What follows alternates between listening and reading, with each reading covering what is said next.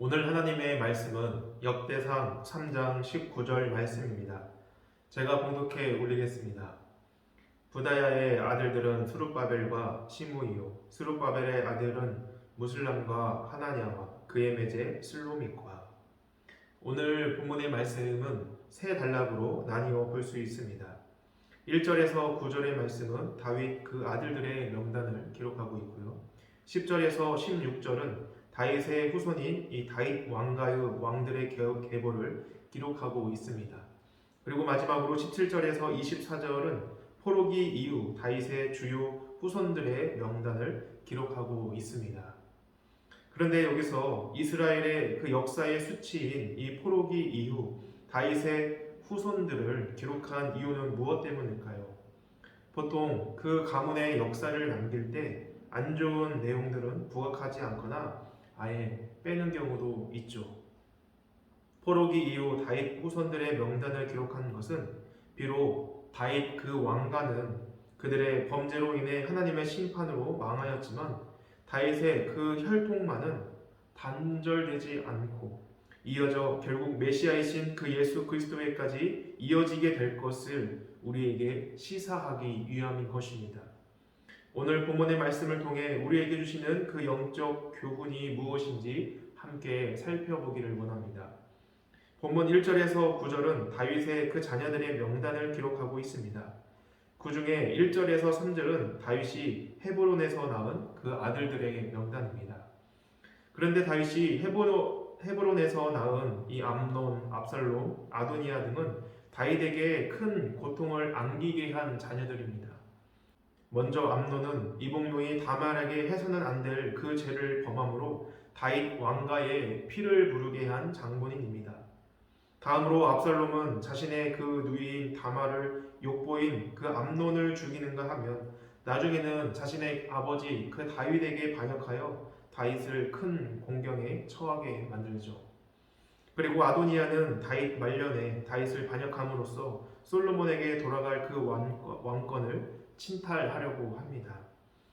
이렇게 볼 때 다윗이 헤브론에서 낳은 아들들에 대한 이 자식 농사는 실패하였다고 볼 수가 있죠. 이로 인해 다윗은 물론 그의 왕가에 너무나 큰 슬픔과 고통을 가져다 주었습니다.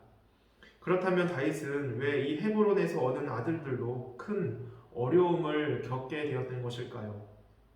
그것은 바로 자녀들을 신앙으로 주의 말씀으로 양육하지 못했기 때문입니다.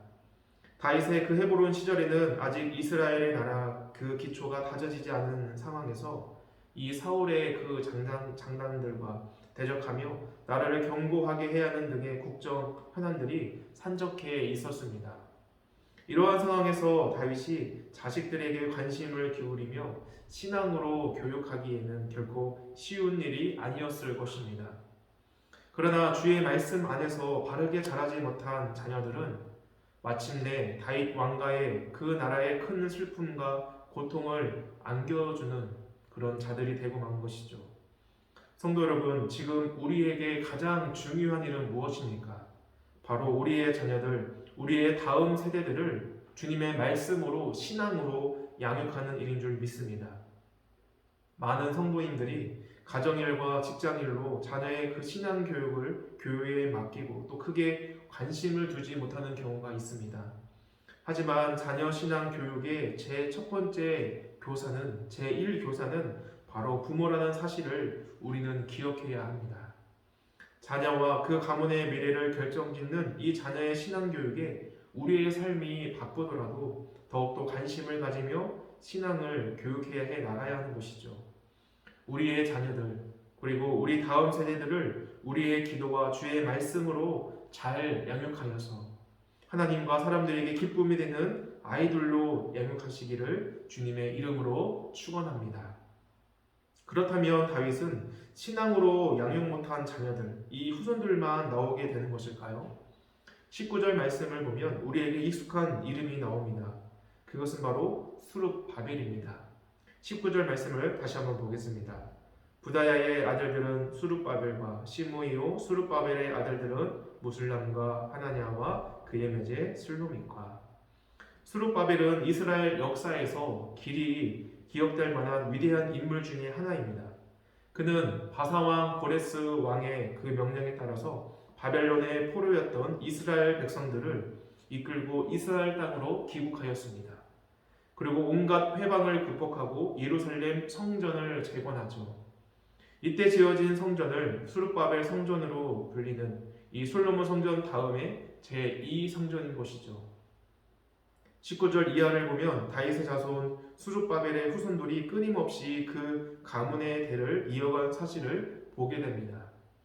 이러한 다윗 자손의 혈통은 훗날 예수 그리스도까지 이어지게 되죠. 비록 다윗 왕가와 그 왕국은 멸망하였지만 다윗의 그 가문만큼은 망하지 않고 그 혈통이 이어져 영원하신 그 왕이신 예수 그리스도가 탄생하게 된 것입니다. 성도 여러분, 하나님은 그 우리의 실패 속에서도 하나님의 뜻, 그분의 약속을 그 은혜 가운데 신실히 이루어 가십니다. 이사야 9장 7절 말씀입니다.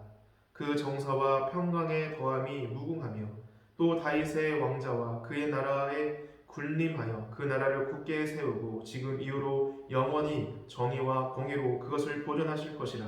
만군의 여호와의 열심히 이를 이루시리라. 아멘. 이 언약은 다윗 왕가의 후손으로 오시게 될 그 그리스도의 사역에 관한 예언의 말씀입니다. 이 예언대로 하나님은 패망한 이스라엘 왕국이지만 다윗의 후손들을 여러 모양으로 보존하시면서 다윗의 혈통으로 마침내 예수 그리스도를 탄생하도록 하십니다. 우리는 다윗의 후손들보다 하나님께 더욱 귀중한 존재입니다. 곧 하나님의 자녀인 것이죠. 하나님은 우리를 얻고자 다윗의 후손들을 보존하여 예수 그리스도를 이 땅에 보내셨습니다. 그러므로 우리의 믿음과 삶은 전능하신 그 하나님의 보호와 그분의 손안에 있음을 우리는 믿습니다. 하나님은 우리가 가야 할 본향, 천국에 입성할 때까지 우리를 눈동자처럼 지켜주십니다. 이 하나님의 은혜를 기억하시면서 우리의 자녀들, 우리의 이 다음 세대들을 위해 기도하며 말씀으로 양육할 수 있는 우리 모두가 되시기를 주님의 이름으로 축원합니다. 기도하시겠습니다. 아버지 하나님, 우리의 자녀들에게 진정으로 남겨져야 할 것은 신앙이요 믿음인 줄 믿습니다. 우리의 바쁜 삶으로 이런저런 이유로 우리 아이들의 그 신앙 교육을 소홀히 한 우리를 불쌍히 여겨 주시옵소서. 하나님의 그 은혜 가운데 우리의 자녀들이 믿음의 길로 주님께 더 가까이 나아갈 수 있도록 우리 다음 세대들을 붙잡아 주시옵소서. 우리의 기도와 주의 말씀으로 우리 아이들이 하나님을 더 알아가고 하나님을 예비하며 그 믿음을 지키며 살아갈 수 있도록 하나님 오늘 하루도 인도하여 주옵소서. 감사드리며 우리 주 예수 그리스도의 이름으로 기도드립니다. 아멘.